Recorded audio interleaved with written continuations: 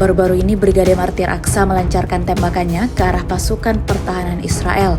Terbukti dalam sebuah rekaman yang ramai beredar di Telegram pada Jumat 16 Februari 2024. Pada awal rekaman menampilkan pejuang Palestina tersebut sedang mempersiapkan amunisi senapan untuk melancarkan misinya. Tak lama setelahnya, kelompok pejuang tersebut terlibat dalam pertempuran jarak dekat seperti yang terlihat dalam rekaman.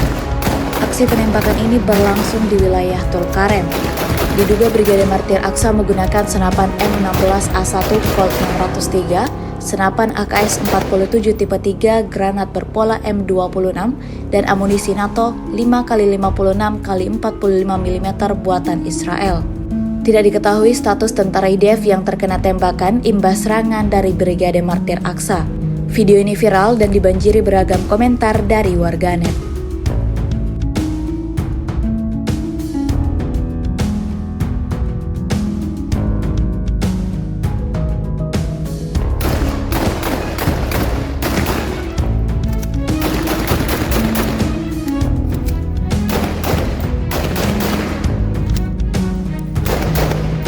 Download Tribun X sekarang, menghadirkan lokal menjadi Indonesia.